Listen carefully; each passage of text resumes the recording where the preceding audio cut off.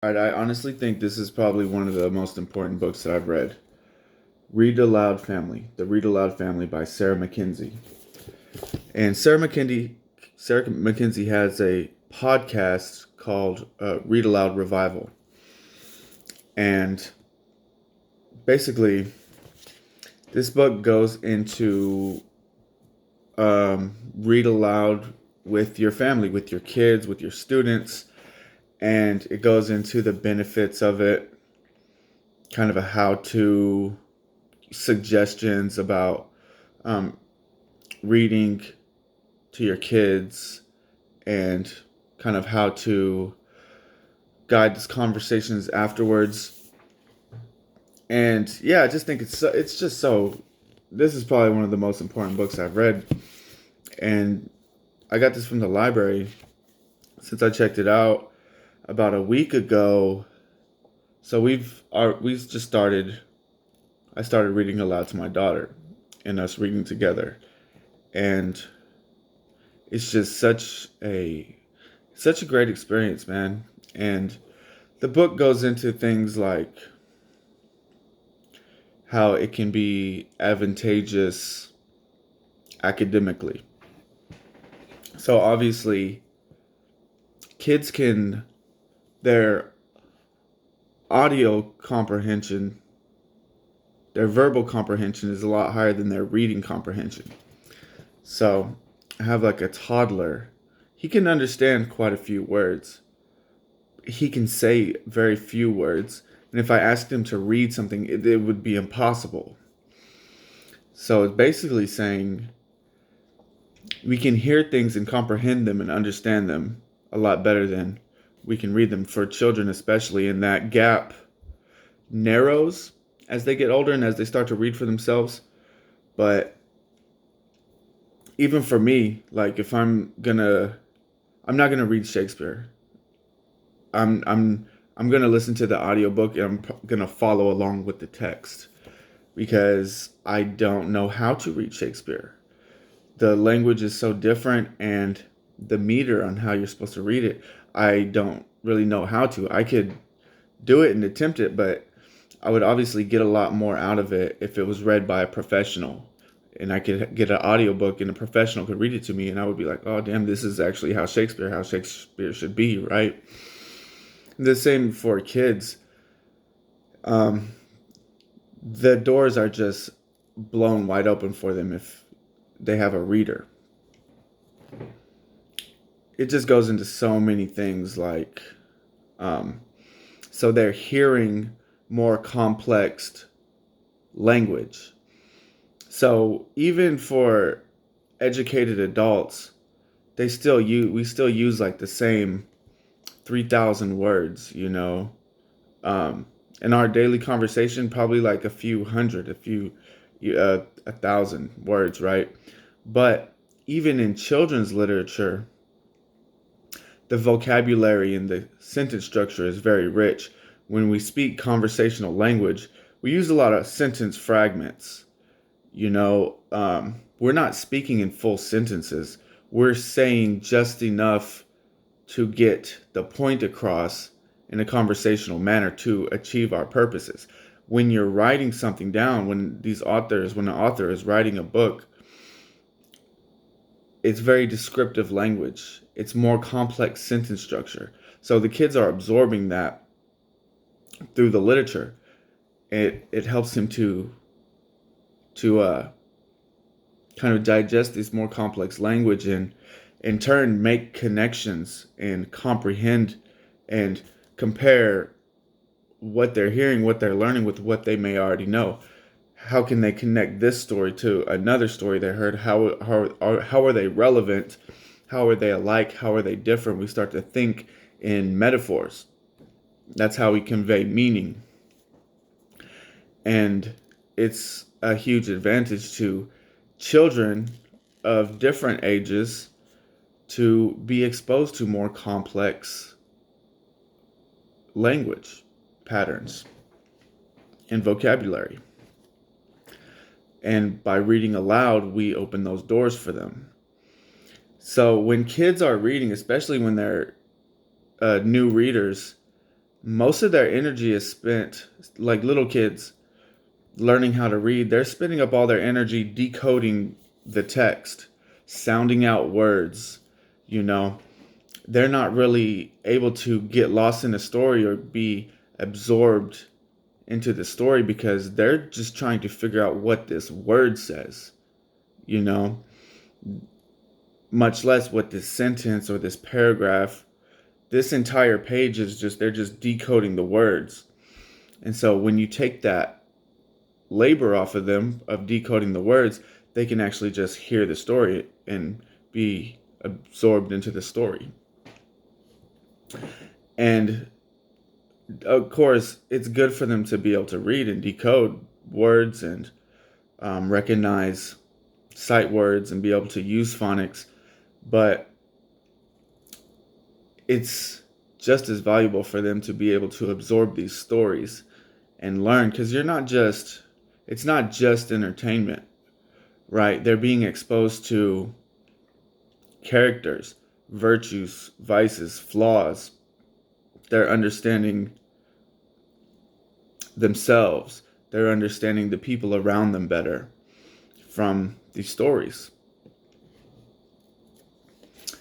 So many things. It just goes on, and it says also, like, you don't stop reading to your kids once they can read. Like, okay, they can read now. I don't have to read to them anymore. But even more than just the academic side of it,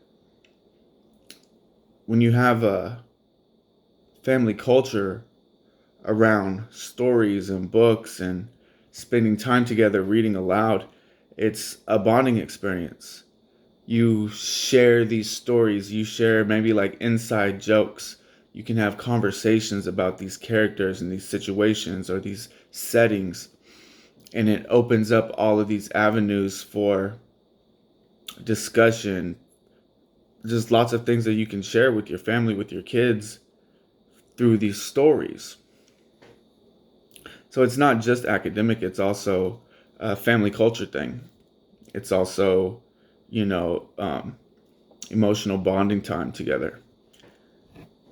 So, yeah, there were just so many things like, so in this book, the first part is kind of like, it explains the benefits, the why. The first part is kind of like the why. The second part is kind of like the how. Um, and the last part, the third part, is pretty much a book list and a description of a whole bunch of different books sorted into age ranges, mostly contemporary books, more modern books, not just like old classics and stuff. Of course, there's some recommendations are classic, but the author, Sarah Mackenzie, has made more of an effort to focus or to recommend more modern books. But yeah, so it's right on the cover, says, make meaningful and lasting connections with your kids. So there's that, and it's also really beneficial academically. Also, for instance, so since we got this book, we've done 2 read alouds together, 2 books already. And the first one was Where the Mountain Meets the Sky by Grace Lynn. And that one, it was just a really beautiful story. It was really sweet. It was basically the story, this little girl goes on an adventure, and she hears there's all these different stories inside the story, and they're kind of like Chinese fairy tales. It was just a really beautiful book. The second one, what we're reading now, she's 10 years old. She would be in 5th grade. It's Roll of Thunder, Hear My Cry.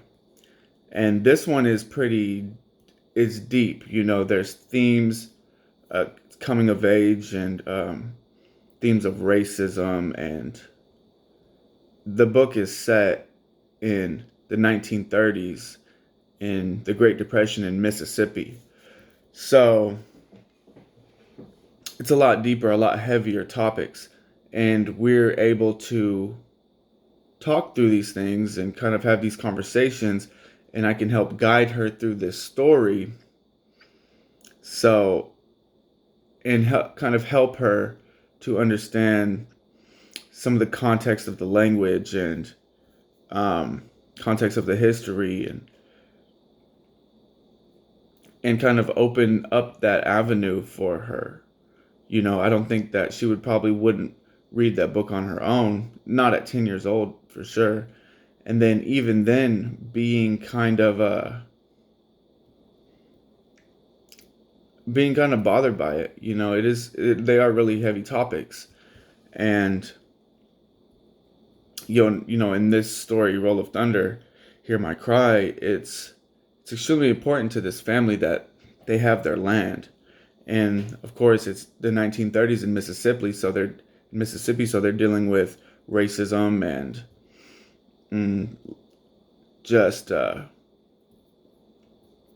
they live in this. They go to this school, and the school is kind of crumbling, and they got these leftover books that are like over 10 years old from the white school, and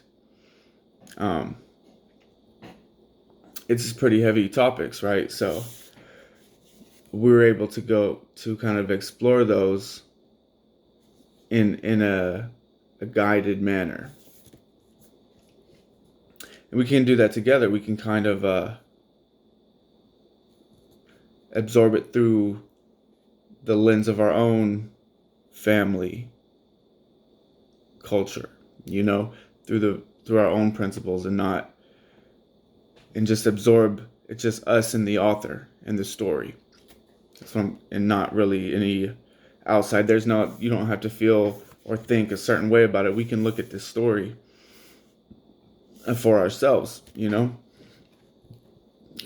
and kind of have conversations that, I don't know, may or may not be possible in a different setting. But yeah, obviously that book is not recommended in here, I don't believe. But yeah, I really think that this book is probably one of the most important ones I've read. It references the Read Aloud Handbook by Jim Trelease, right? And I've